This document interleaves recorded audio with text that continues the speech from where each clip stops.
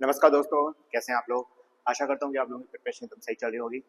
तो आज की हम इस वीडियो के अंदर हम अपने इन्वायरमेंट के 15 PYQs करने वाले हैं और ये 15 PYQs हर एक कॉम्पिटिटिव एग्जाम्स के लिए इम्पोर्टेंट हैं। जैसे यूपीएससी हो गया, यूपीएससी हो गया, स्टेट पीसीएस हो गया, एसएससी हो गया, हर एक एग्जाम्स के लिए जहाँ पर आपसे इन्वायरमेंट से रिलेटेड क्वेश्चंस पूछे जाते हैं। तो बिना किसी टाइम वेस्ट करते हुए हम क्वेश्चन नंबर फर्स्ट करते हैं। और क्वेश्चन नंबर फर्स्ट काफी इंपॉर्टेंट है क्योंकि यूपी आरओ प्री 2017 में पूछा गया है। तो स्टार्ट करते हैं, क्वेश्चन पढ़ते हैं।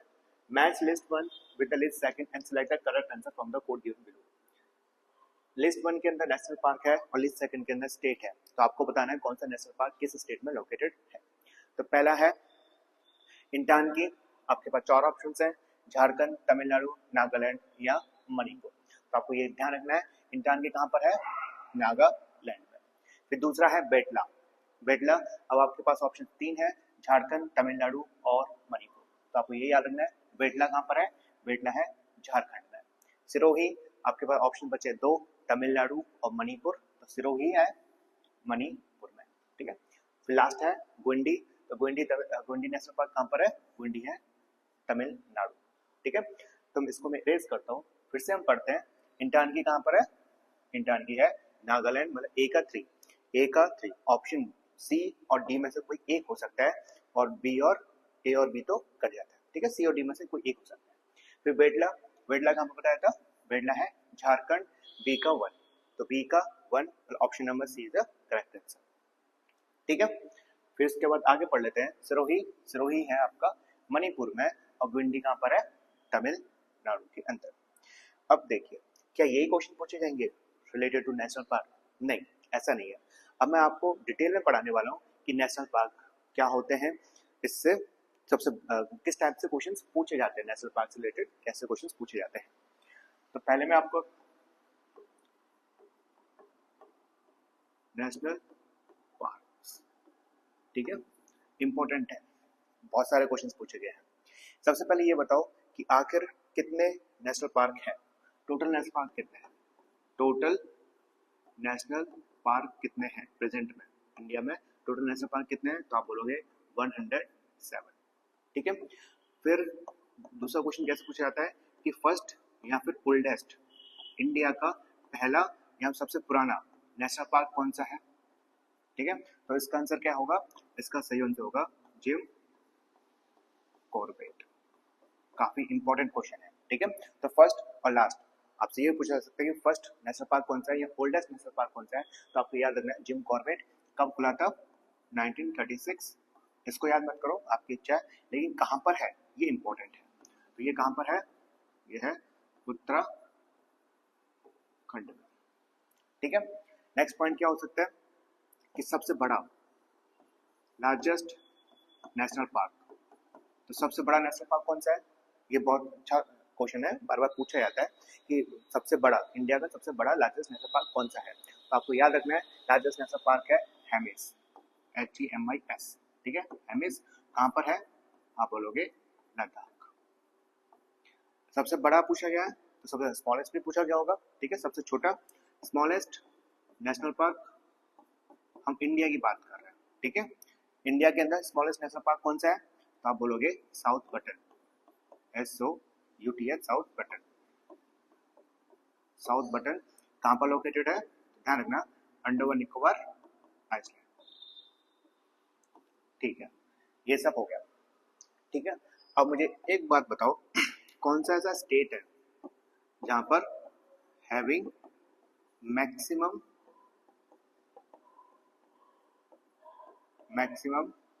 नंबर ऑफ नेशनल पार्क, ठीक है। किस स्टेट में सबसे ज्यादा नेशनल पार्क है।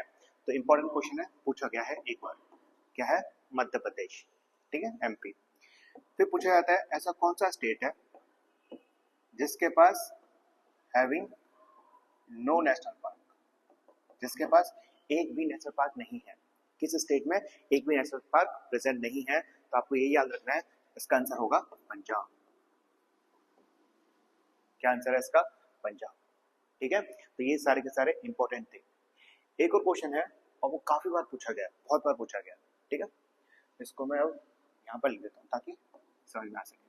ठीक है, वर्ल्ड का एकमात्र ओनली फ्लोटिंग, ये इंपॉर्टेंट है। ठीक है, फ्लोटिंग नेशनल पार्क है वो कौन सा है, वो है कायबुल लामजियो। किस पे है, ऑन लोकटक लेक। किस पे, लोकटक लेक। किस स्टेट में, तो उसका सही आंसर है मणिपुर। ठीक है, तो ये इंपॉर्टेंट है, ये तो काफी बार पूछा गया कि वर्ल्ड का एकमात्र फ्लोटिंग नेशनल पार्क है वो कौन सा है, तो ध्यान रखना कायबुल लामजियो किस लेक पर है, लोकटक लेक पर है, और किस स्टेट में, मणिपुर स्टेट में। तो ये सारी की सारी चीजें इंपॉर्टेंट थी। हो सकता है कि आपसे वर्ल्ड के बारे में पूछ लिया जाए, है ना, किसके बारे में, वर्ल्ड के बारे में। अब मैं यहाँ पर जो इन्फॉर्मेशन देने वाला हूँ वो वर्ल्ड की, ठीक है। अभी तक जो किया था वो इंडिया का था, अब मैं वर्ल्ड की बात कर रहा हूँ। तो वर्ल्ड का सबसे बड़ा, सबसे पहले ये बता दो, ओल्डेस्ट, सबसे पुराना या फिर पहला नेशनल पार्क, तो आप बोलोगे कौन सा, Yellowstone, Yellowstone national park. World का, पूरी दुनिया का सबसे पहला नेशनल पार्क या सबसे पुराना नेशनल पार्क कौन सा है, येलोस्टोन। अगर आपसे ये पूछ लिया जाए पूरे वर्ल्ड का सबसे बड़ा, लार्जेस्ट कौन सा है, लार्जेस्ट नेशनल पार्क कौन सा है पूरे वर्ल्ड का, तो आपका सही आंसर होगा north east Greenland national park. ठीक है, अगर आपसे बड़ा पूछा जा रहा है तो हो सकता है कि आपसे स्मॉलेस्ट भी पूछा जाए। सबसे छोटा नेशनल पार्क कौन सा है पूरे वर्ल्ड का, पूरी दुनिया में सबसे छोटा नेशनल पार्क कौन सा है, तो आप बोलोगे मोयने आइलैंड नेशनल पार्क। कहां पर है, तो ये है, ठीक है, सेचेलिस में। ओके सर, ये सारी की सारी इंफॉर्मेशन आपको पता होनी चाहिए रिलेटेड टू नेशनल पार्क, यहीं से डायरेक्टली क्वेश्चन पूछे जाते हैं। ठीक है, तो देखो टोटल नेशनल पार्क 107, फर्स्ट और ओल्डेस्ट जिम कॉर्बेट 1936 में बनाया गया था, उत्तराखंड के अंदर प्रेजेंट है। Largest national park Hemis Ladakh के अंदर। Smallest national park South Button Andaman Nicobar island में। State having the maximum number of national park, state जिसके पास सबसे ज्यादा नेशनल पार्क है वो है मध्य प्रदेश। और state having the no national park, state ऐसा स्टेट जहां पर एक भी नेशनल पार्क नहीं है वो है पंजाब। अब वर्ल्ड का या इंडिया का पूछा जा सकता है, वर्ल्ड का बात एक ही है। वर्ल्ड का एकमात्र फ्लोटिंग नेशनल पार्क कौन सा है, कायबुल लामजियो, किस लेक पर है, लोकटक लेक, कौन सी स्टेट में प्रेजेंट है, मणिपुर में। वर्ल्ड का ओल्डेस्ट या फर्स्ट नेशनल पार्क येलोस्टोन, कहाँ पर प्रेजेंट है, तो ध्यान रखना यूएस में, कहाँ, यूएस में प्रेजेंट है। और लार्जेस्ट, वर्ल्ड का largest national park north east Greenland, कहाँ पर प्रेजेंट है, ग्रीनलैंड में ही है। ठीक है, और स्मॉलेस्ट नेशनल पार्क मोयने आइलैंड नेशनल पार्क कहाँ पर है, सेचेलिस में। तो ये सारी की सारी इंफॉर्मेशन आपको पता होनी चाहिए रिलेटेड टू नेशनल पार्क। इसको रेज करते हैं, अब करते हैं question number second.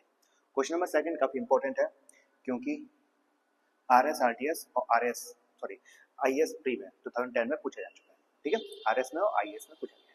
Consider the following statement. First statement, biodiversity hotspot are located only in tropical reason.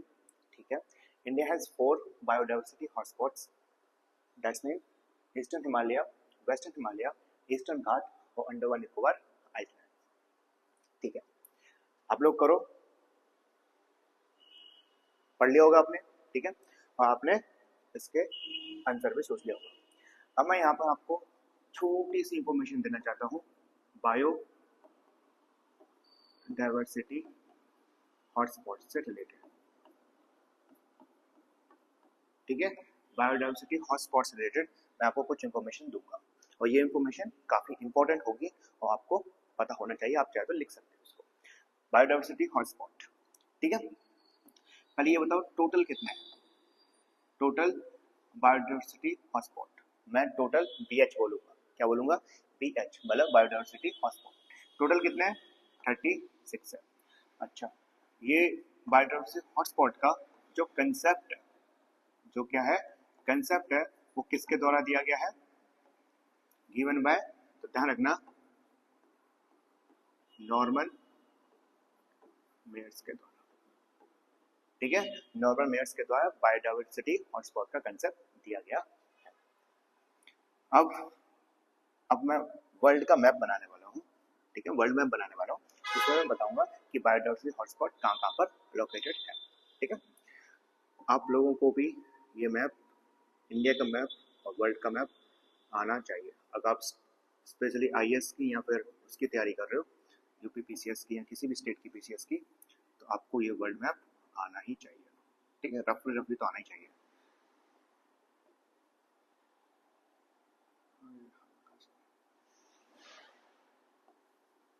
ये भी रफली है, कोई वाला नहीं है, ठीक है। कुछ इस तरीके से हमारा वर्ल्ड मैप है, ठीक है।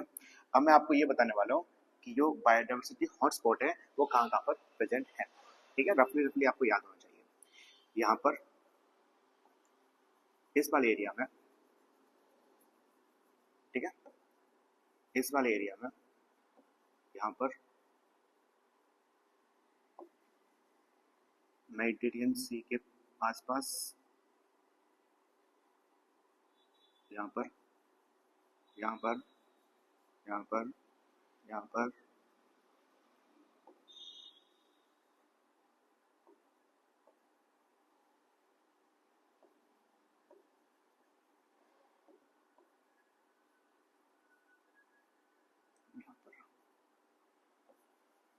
ठीक है। तो ध्यान रखना बायोडाइवर्सिटी हॉटस्पॉट कहाँ पर है, यहाँ पर। अब एक बात बताओ, तो कौन से रीजन में है, क्वेश्चन पूछा गया था ना कि बायोडाइवर्सिटी हॉटस्पॉट कौन से रीजन में मिलते हैं, ट्रॉपिकल या टेम्परेट। तो इस मैप से आप साफ साफ पता लगा सकते हो कि जो बायोडाइवर्सिटी हॉटस्पॉट है वो आपके ट्रॉपिकल पे ही मिलते हैं, ट्रॉपिकल रीजन पे भी प्रेजेंट है, और साथ साथ ही टेम्परेट रीजन पे भी मिलते हैं, ठीक है। तो ध्यान रखना बायोडाइवर्सिटी हॉटस्पॉट बीएच आपके ट्रॉपिकल रीजन्स में भी प्रेजेंट है और साथ साथ ही टेम्परेट रीजन्स में भी प्रेजेंट है। अब बात करते हैं भाई इंडिया की, ठीक है। तो बताइए इंडिया में कितने हॉटस्पॉट हैं। हम यहाँ पर बात कर रहे हैं अपने प्यारे से भारत की, कितने हैं टोटल, कितने हैं इंडिया के अंदर, तो आप बोलोगे इंडिया में है आपके 4, ठीक है। इंडिया के अंदर बीएच कितने हैं, बायोडाइवर्सिटी हॉटस्पॉट कितने हैं, तो आप बोलोगे 4। अब इसका मैं एक छोटा सा डायग्राम बना देता हूँ, ठीक है। आपको डायग्राम बनाना आना चाहिए क्योंकि ये इम्पोर्टेंट है, ठीक है। जब मेंस की तैयारी करोगे तो उसमें इम्पोर्टेंट आएगा। एक तो यहाँ पर है, ठीक, यहाँ पर मैं कलर चेंज कर देता हूँ ताकि आप डिफ्रेंशिएट कर पाए। एक यहाँ पर,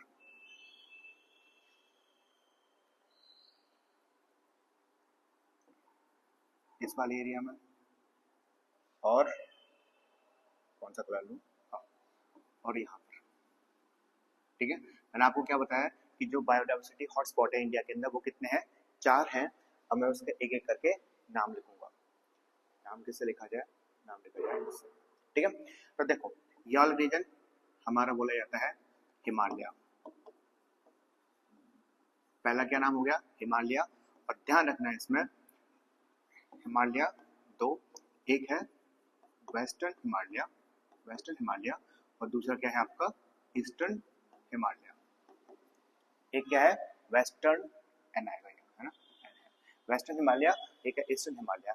तो क्या हिमालय ईस्टर्न हिमालय भी इंक्लूड है या वेस्टर्न हिमालय इंक्लूड है, तो ध्यान रखना only only eastern Himalaya include है, वेस्टर्न हिमालय इंक्लूड नहीं है, ठीक है सर। तो ध्यान रखना वेस्टर्न हिमालय इंक्लूड नहीं है, ओनली ईस्टर्न हिमालय इंक्लूड है। तो ये वाला रीजन कौन सा है, तो आप बोलोगे इंडो इंडो बर्फवाल रीजन। ये कौन सा है, तो ये बोलोगे आप सुंदरलैंड। इसके अंदर कई सारे आते हैं लेकिन हमारे इंडिया में अंडमान निकोबार आइलैंड जाता है। इसमें ये कौन सा रीजन है, इसको आप बोलोगे वेस्टर्न घाट, ठीक है। तो ये सारी सारी इंफॉर्मेशन आपको पता होनी चाहिए, ठीक। तो फिर से मैं एक बार फिर से पढ़ते हैं, एक बार फिर से पढ़ाता हूँ। बायोडाइवर्सिटी हॉटस्पॉट कितने हैं, टोटल 36 है। और बीएच का कंसेप्ट किसको द्वारा दिया गया था, नॉर्मन मेयर्स के द्वारा, कब 1988, ठीक है। और इस डायग्राम से आपको पता चलता है कि जो बायोलॉजिकल बायोडाइवर्सिटी हॉटस्पॉट है वो ट्रॉपिकल और टेम्परेट रीजन दोनों में मिलते हैं। इंडिया में कितने हैं, इंडिया में पीएच है 4, कौन से कहाँ पर, कौन से हिमालय, इंडो बर्मा, सुंदरलैंड और वेस्टर्न घाट। इस वेस्टर्न घाट में वेस्टर्न घाट भी मिलता है और साथ में जो श्रीलंका वाला है वो भी इंक्लूड होता है। ठीक है, तो ये सारी इन्फॉर्मेशन आपको पता होनी चाहिए। अब हम करते हैं क्वेश्चन नंबर सेकंड, फिर से पढ़ो क्या बोल रहा है। Biodiversity hotspot are located only in tropical region. अभी मैंने बताया था कि नहीं, ट्रॉपिकल रीजन नहीं बल्कि ट्रॉपिकल में मिलते हैं, साथ साथ टेम्परेट रीजन पे भी लोकेटेड। ठीक है, तो इसका मतलब फर्स्ट स्टेटमेंट गलत हो जाता है। Second, India has a 4 biodiversity, 4 biodiversity, ये बिल्कुल सही है। दैट्स मीन ईस्टर्न हिमालय, मैंने बताया ईस्टर्न हिमालय है, फिर वेस्टर्न हिमालय, मैं साफ साफ बताया था हिमालय, ईस्टर्न हिमालय और वेस्टर्न हिमालय। तो ईस्टर्न हिमालय इंक्लूड है लेकिन वेस्टर्न हिमालय इंक्लूड नहीं है, तो ये स्टेटमेंट गलत हो जाता है। आगे पढ़ो, वेस्टर्न घाट, आप बोलो बिल्कुल सही है, अंडमान निकोबार बिल्कुल सही है। तो क्या दोनों स्टेटमेंट सही है? नहीं। क्या दोनों स्टेटमेंट गलत है? तो यस, दोनों स्टेटमेंट गलत है। आपको बताना था कौन सा स्टेटमेंट करेक्ट है, तो इसका ऑप्शन हो गया डी, नाइदर 1 और 2। ठीक है सर, इसको करते हैं क्लीन। अब करते हैं question number third. Question number third काफी इंपॉर्टेंट है, यूपीपीसीएस प्री 2019 में और यूपीपीसीएस मेंस 2017 में पूछा गया है। पढ़िए, which gas sorry the gas which is produced by paddy field and is evolved in global warming is। तो आपसे ये क्वेश्चन पूछा रहा है कि पैडी फील्ड से कौन सी गैस निकलती है। ठीक है, और वो गैस ग्लोबल वार्मिंग में कंट्रीब्यूट करती है। तो आपके पास ऑप्शन 4, पहला क्लोरीन, मीथेन, कार्बन डाइऑक्साइड और हाइड्रोजन सल्फाइड। तो इसका सही आंसर है option number B, methane.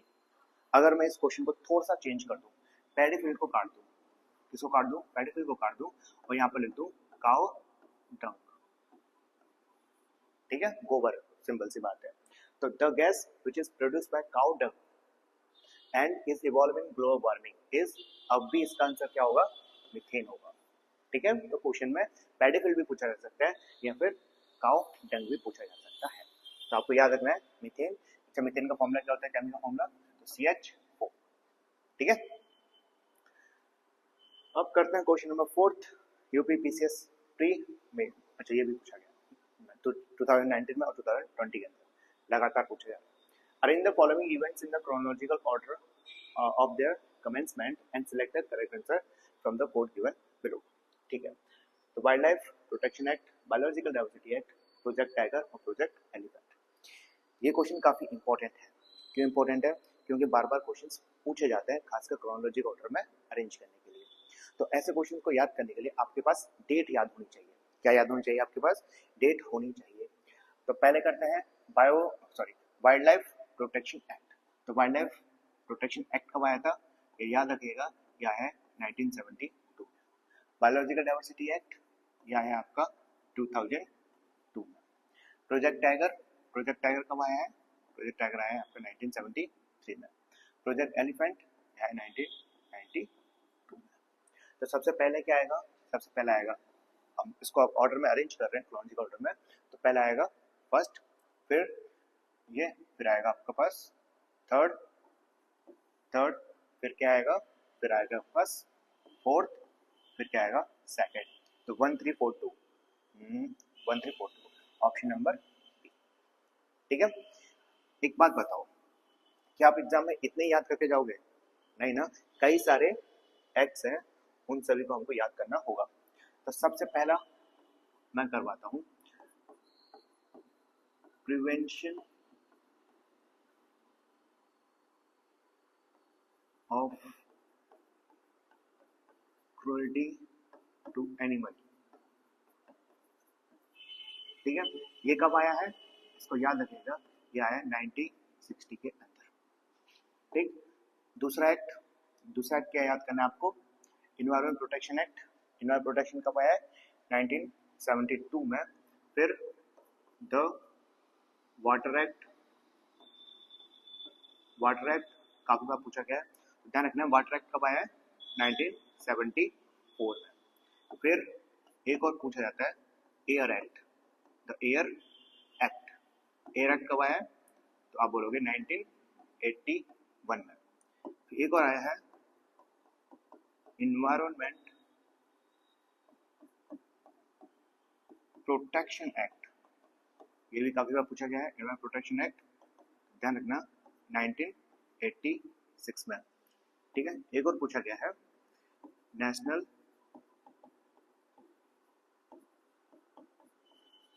Wild life action plan, कौन सा एक्शन प्लान, तो ये कब आया 1983 में।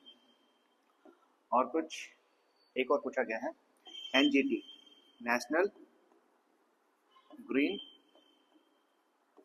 Tribunal, national green tribunal act, ये काफी बार पूछा गया है, ठीक है, जिसको हम एनजीटी कहते हैं। ये कब आया है 2010 के अंदर। तो ये सारे एक्ट आपको याद होने चाहिए और मेनली पूछा जाता है यहाँ से वाटर एक्ट, एयर एक्ट और एनवायरमेंट प्रोटेक्शन एक्ट, ठीक है। तो ध्यान रखना prevention of cruelty to animal act 1960 में, water act 1974, the air act 1981, environment protection act 1986, animal wildlife action plan 1983 और NGT national green tribunal act 2010। तो ये सारे के सारे इंपॉर्टेंट हैं। एक और है फॉरेस्ट कंजर्वेशन एक्ट, कौन सा फॉरेस्ट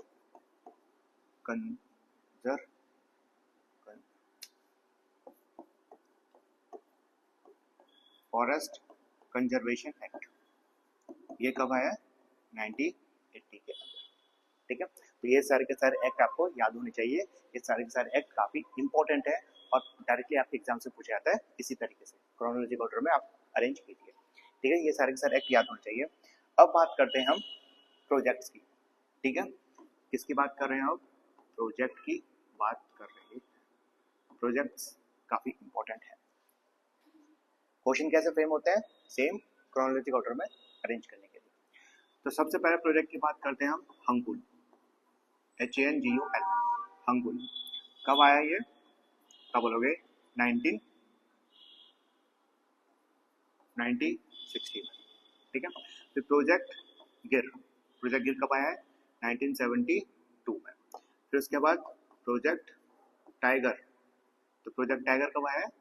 1973 में। फिर इसके बाद अब बोलोगे प्रोजेक्ट क्रोकोडाइल, 1985। फिर आप बोलोगे प्रोजेक्ट रीनो 1987, यहाँ पर लिख देता हूँ, ठीक है, रीनो हो गया। फिर उसके बाद प्रोजेक्ट एलिफेंट, जो कि पूछा गया है, एलिफेंट कब? 1992 में। फिर प्रोजेक्ट वल्चर 2006 में। फिर प्रोजेक्ट स्नो लेपर्ड 2009 के। तो ये सारे के सारे प्रोजेक्ट आपको याद होने चाहिए। फिर से प्रोजेक्ट हंगुल 1960, गिर 1972, tiger 1973, crocodile 1985, Reno 1987, elephant 1992, vulture project vulture 2006 और स्नो लेपर्ड 2009। ये सारे के सारे एक्ट और सारे के सारे प्रोजेक्ट आपको याद होने चाहिए, ठीक है। क्वेश्चन तो आपने देख लिया किस तरीके से पूछा जाता है। अब हम करते हैं क्वेश्चन नंबर 5, जो कि MPPCS प्री 2020 के अंदर पूछा गया है। पढ़िए, विच of the following is not correctly match, ठीक है। आपको ये बताना है कौन सा करेक्ट मैच नहीं है। Anshi national park Karnataka, Balphakram national park Meghalaya, Chandauli national park Gujarat और हेमिस नेशनल पार्क लद्दाख, ठीक है। तो इसका सही आंसर है चंदौली, ठीक है। चंदौली नेशनल पार्क कहाँ पर है? चंदौली नेशनल पार्क गुजरात में नहीं है, बल्कि कहाँ पर है? महाराष्ट्र में, ठीक है। तो ध्यान रखना चंदौली नेशनल पार्क महाराष्ट्र में। और हेमिस के बारे में मैंने आपको बताया था कि जो हेमिस नेशनल पार्क है वो लार्जेस्ट नेशनल पार्क है। एक बार रिवीजन कर लेते हैं। और स्मॉलेस्ट नेशनल पार्क कौन सा है? स्मॉलेस्ट नेशनल पार्क कौन सा है? मैंने आपको बताया था, क्या बताया था? साउथ बटन, कहाँ पर है? अंडमान निकोबार में, ठीक है। तो ये सारी चीजें आपको याद होनी चाहिए। एक और है ओनली फ्लोटिंग नेशनल पार्क। जितनी बार आप रिवीजन करोगे उतना ज्यादा आपको याद होगा। ओनली फ्लोटिंग नेशनल पार्क कौन सा है? कैबुल लामजो। किस पर है? लोकटक लेक के ऊपर। किस स्टेट में है? तो स्टेट याद रखना है आपको, मणिपुर। कहाँ पर? मणिपुर। ठीक है, ये सारी इंफॉर्मेशन याद होनी चाहिए। अब हम करते हैं क्वेश्चन नंबर 6। इंपॉर्टेंट है, यूपीपीसीएस मेंस 2008 में पूछा गया है। पढ़िए। Match list 1 and the list 2 and select the correct answer from the code given below the list. ठीक है, लिस्ट 1 के अंदर टाइगर रिजर्व्स हैं और लिस्ट 2 के अंदर स्टेट है। तो आपको ये बताना है कि कौन सा टाइगर रिजर्व किस स्टेट में है। ठीक है, तो पहला करते हैं बंदीपुर। बंदीपुर ऑप्शन है आपके पास 4, वेस्ट बंगाल, कर्नाटका, अरुणाचल प्रदेश या महाराष्ट्र। तो आपको ये याद रखना है कि जो बंदीपुर है वो कहाँ पर है? कर्नाटका। ठीक है, मेलघाट, अभी आपके पास 3 ऑप्शन बचे हैं, वेस्टर्न घाट, अरुणाचल प्रदेश और महाराष्ट्र। तो मेलघाट है महाराष्ट्र। बक्सा 2 ऑप्शन, वेस्ट बंगाल और अरुणाचल प्रदेश। तो याद रखना है बक्सा कहाँ पर है? वेस्ट बंगाल। और पक्के, तो पक्के है आपका अरुणाचल प्रदेश। ठीक है, कोर्स आप लोग देख लेना, कोर्स की आवश्यकता भी नहीं है आपको, बस ये सारी की सारे चीजें याद होनी चाहिए। रिवाइज करते हैं, फिर से पढ़ते हैं। बंदीपुर, आप बोलोगे बंदीपुर है आपका कर्नाटका में, मेलघाट महाराष्ट्र में, बक्सा बक्सा बक्सा वेस्ट बंगाल में और पक्के अरुणाचल प्रदेश। अब मैं आपको कुछ इंफॉर्मेशन देने वाला हूँ, फैक्चुअल इंफॉर्मेशन देने वाला हूँ टाइगर रिजर्व से रिलेटेड। ये इंपॉर्टेंट होगा। तो टाइगर रिजर्व पहले बताओ कितने हैं, टोटल कितने हैं इंडिया के अंदर?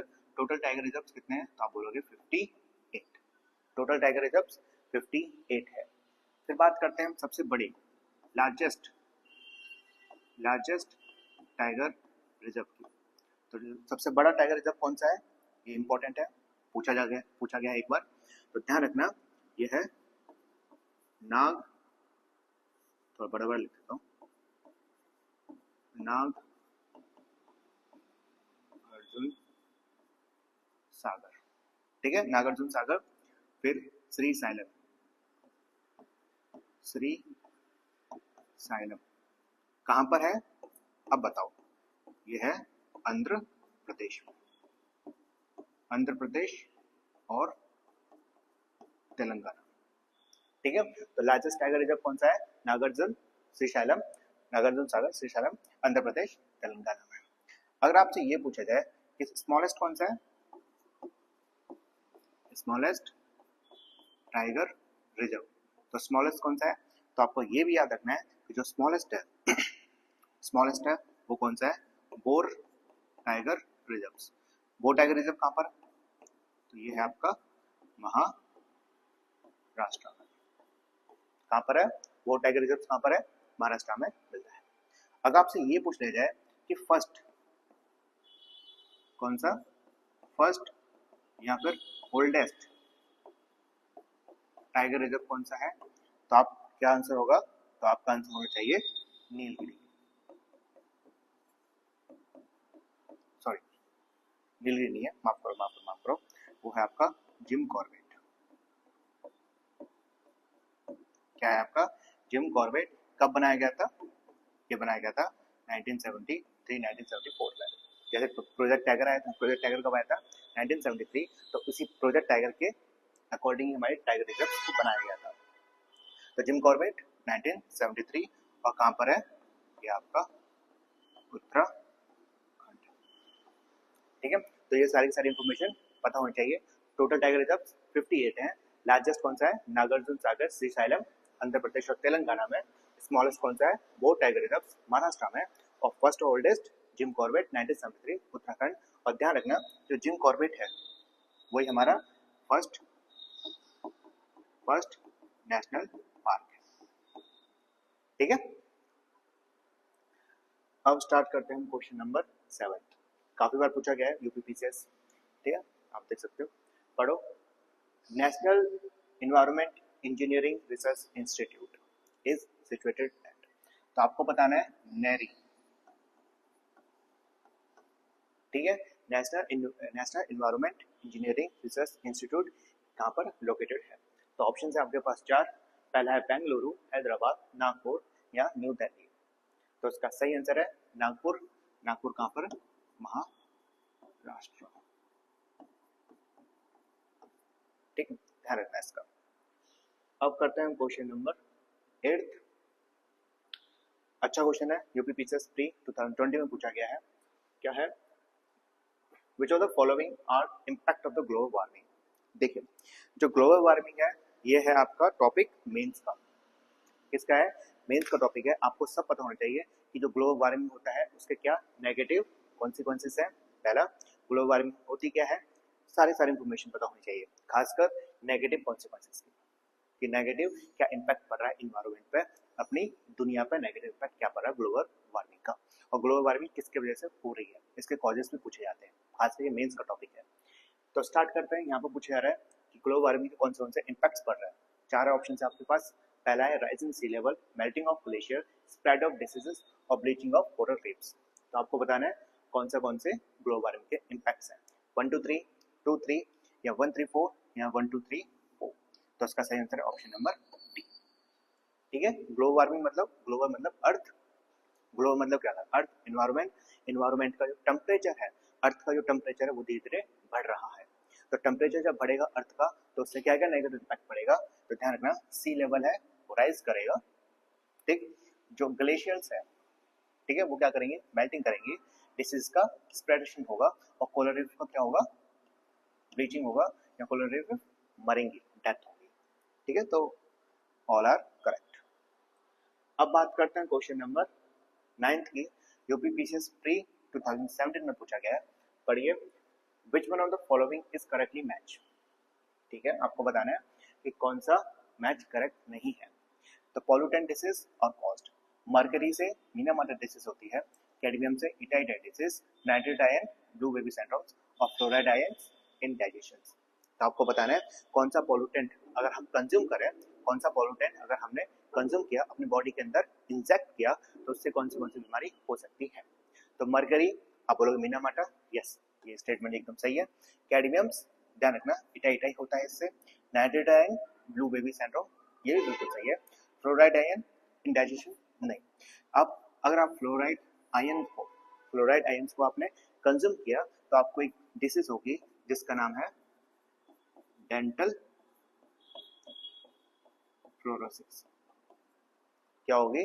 Dental fluorosis. क्या होता है इसमें? जैसे मान के चलो ये आपके टिथ है, तो यहाँ पर टिथ में हल्का हल्का येलोपन सा आ जाता है। यहाँ पर देखो होगा ना आपने, येलो सा यहाँ पर क्या पड़ जाते हैं? हल्का हल्का से गड्ढे से पड़ जाता है दांतों के अंदर, उसको हम बोलते हैं डेंटल फ्लोरोसिस। किसके कारण होता है? फ्लोराइड आयंस के कंजप्शन से। अब करते हैं क्वेश्चन नंबर 10। आईएसबी 2002 में पूछा गया है। पढ़िए, match list 1 mangroves with the list second state.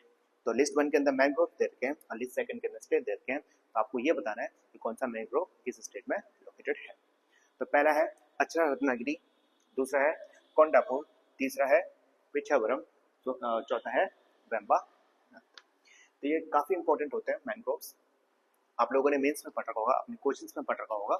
Mains का टॉपिक है कि मैनग्रोव से क्या क्या पॉजिटिव इम्पैक्ट पड़ता है।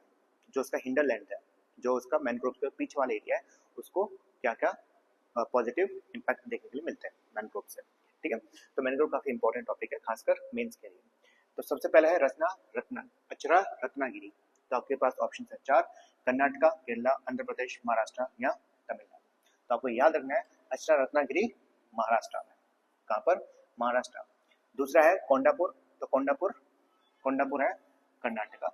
फिर पिछावरम, तो पिछावरम है आपका तमिलनाडु में, और वेमानंद है केरला में। ठीक है, तो अचरा रत्नागिरी महाराष्ट्र, कोंडापुर कर्नाटका, पिछावरम तमिलनाडु और वेमानंद केरला में। ठीक है सर, तो याद रखिएगा। तो इसमें ऑप्शन करते हैं पहला ए का 4 मतलब बी और डी में कोई भी आंसर हो सकता है, ए और सी तो गलत है। फिर बात करते हैं कोंडापुर कहाँ पर?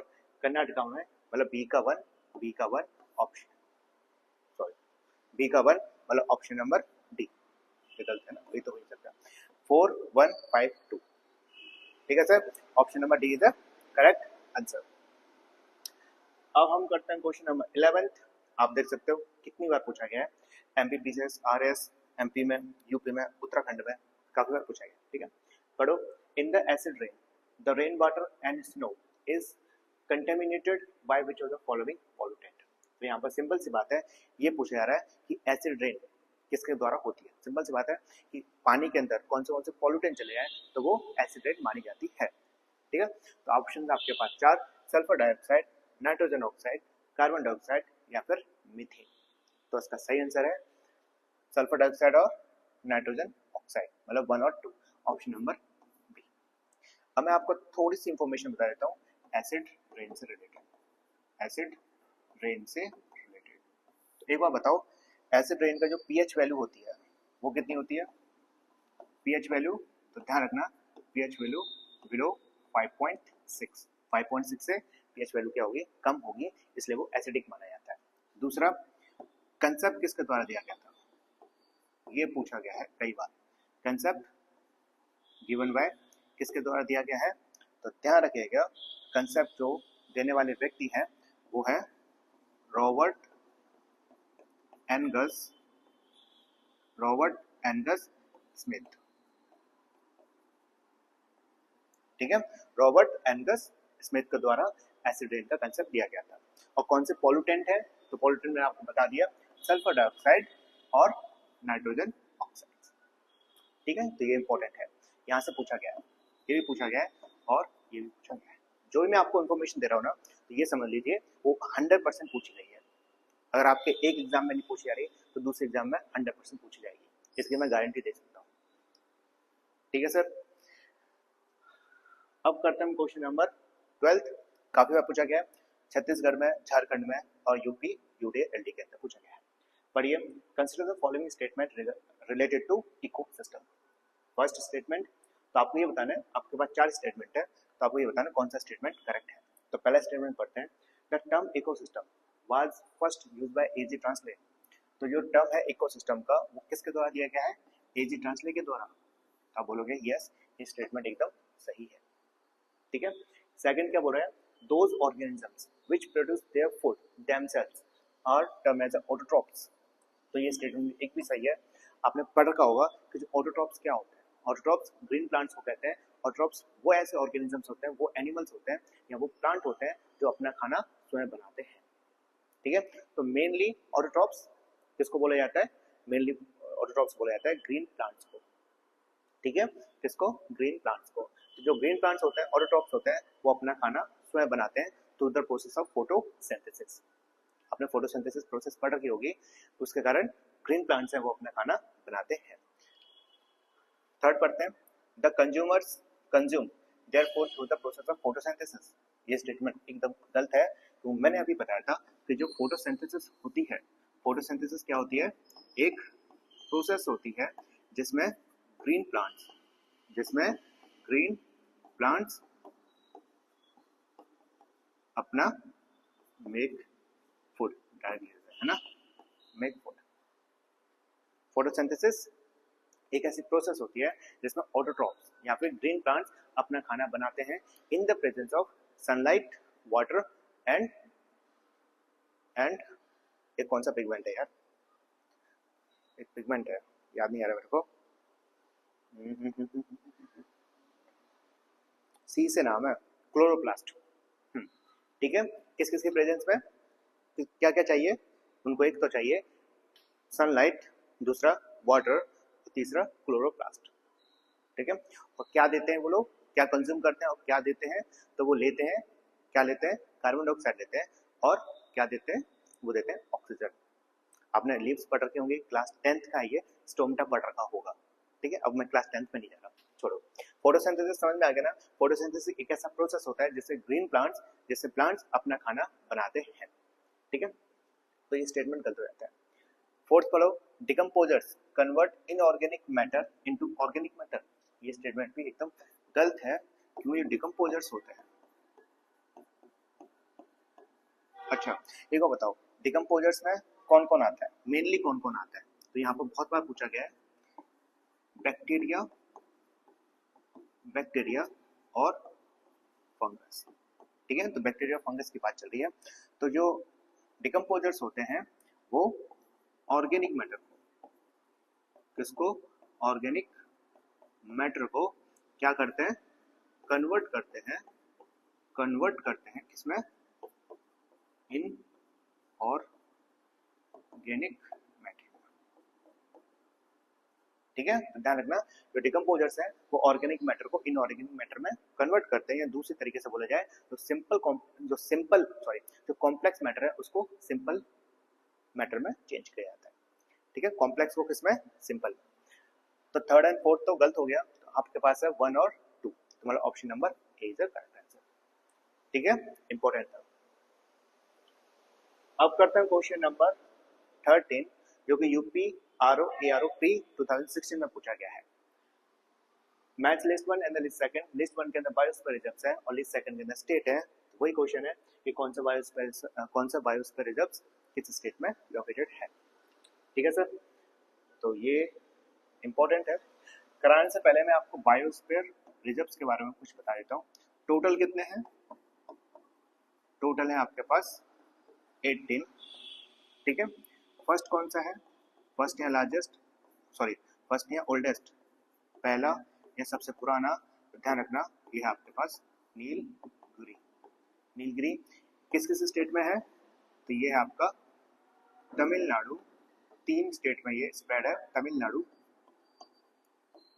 केरला और कर्नाटका। ठीक है, सबसे बड़ा कौन सा है, तो आपका आंसर होता है ये run of Kutch.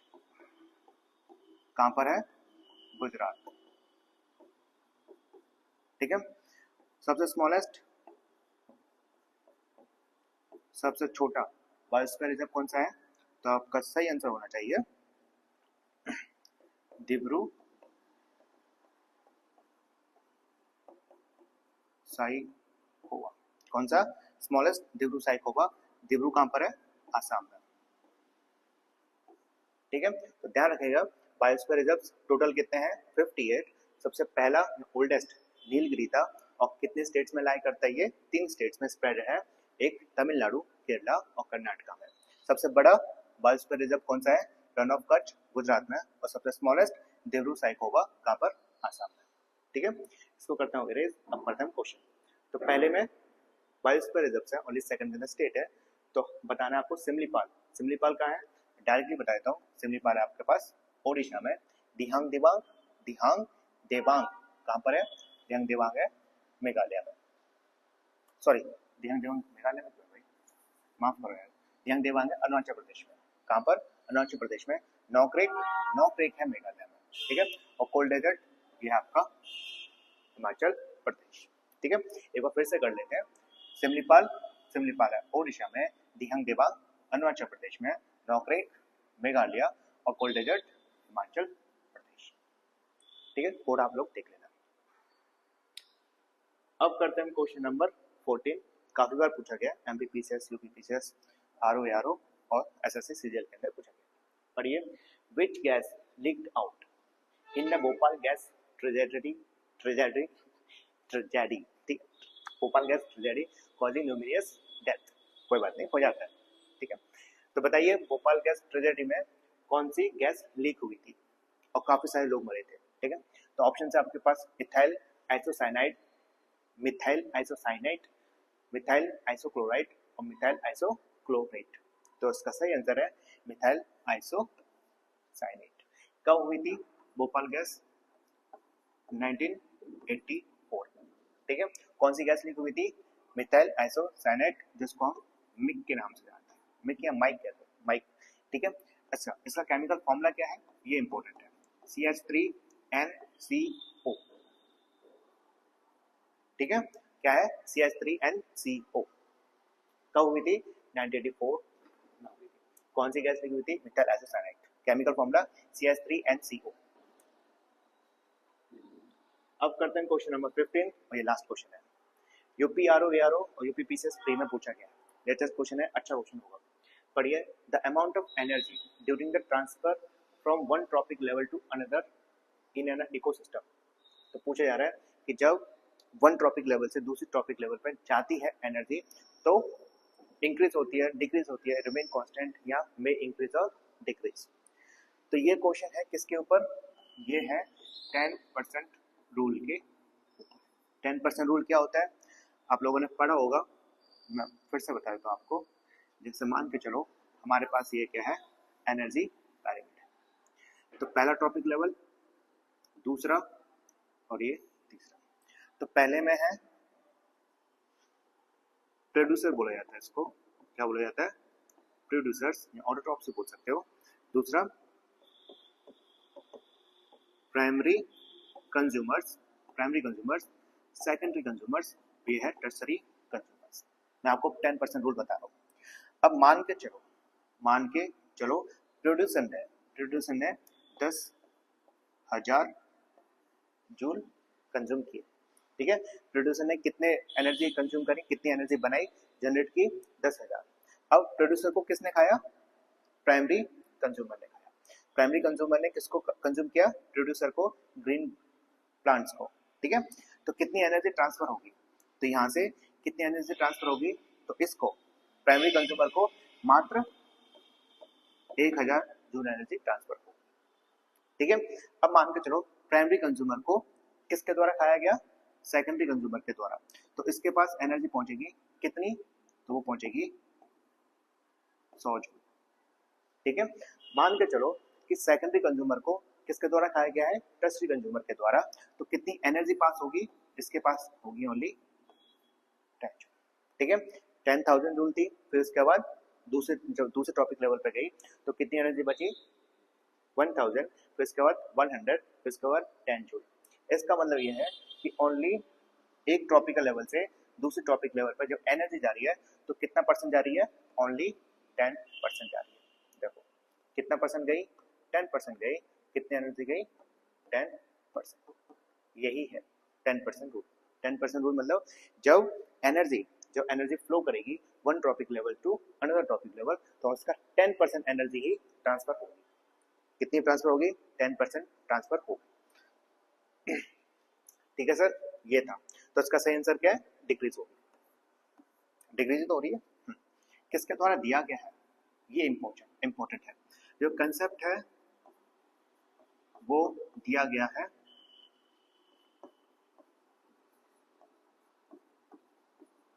Raymond Lindeman के द्वारा, ठीक है। तो रेमंड लिंडमैन के द्वारा 10% रूल को दिया गया था। तो ये था आज की वीडियो का लास्ट क्वेश्चन। हमने 15 के 15 क्वेश्चंस कर लिए और मैंने कोशिश की है कि आपको डिटेल में कराने की, जितने ज़्यादा हो सकता है फैक्चुअल इन्फॉर्मेशन देने की। अगर आपको ये वीडियो अच्छी लगी तो प्लीज़ लाइक, शेयर और सब्सक्राइब कर दीजिए। और एक और चीज़, आपको लगता है कि मेरा इस सब्जेक्ट का कोई भी सब्जेक्ट और उसका कोई टॉपिक का MCQs करवाने हैं या फिर PYQs करवाने हैं तो आप मुझे कमेंट कर दो। एग्जाम्पल देता हूँ मैं, मान के चलो एग्जाम्पल है, आपने कोचिंग्स के अंदर या आपने सेल्फ स्टडी की है किसकी, पॉलिटी सब्जेक्ट की। पॉलिटी में कौन सा चैप्टर, मान के चलो प्रेसिडेंट, कौन सा, प्रेसिडेंट। आपको इस प्रेसिडेंट के रिलेटेड अगर आपको MCQs करने हैं या फिर आपको PYQs करने हैं तो आप मुझे कमेंट करके बता दो। मैं ये नहीं कह रहा कि ओनली प्रेसिडेंट के, आप चाहे तो किसी भी सब्जेक्ट के कौन सा भी चैप्टर बता दो, कौन सा भी टॉपिक बता दो, मैं उससे रिलेटेड आपके लिए PYQ MCQ की वीडियोस अपलोड कर दूंगा। इससे क्या होगा, इससे आप लोगों की प्रिपरेशन है काफ़ी बूस्ट हो जाएगी, काफ़ी अच्छी होगी, ठीक है। तो आज के लिए बस इतना। आशा करता हूँ कि आप लोगों को समझ में आया तो प्लीज़ लाइक, शेयर और सब्सक्राइब कर दीजिए। आप लोगों की सपोर्ट की आवश्यकता है। तो चलते हैं।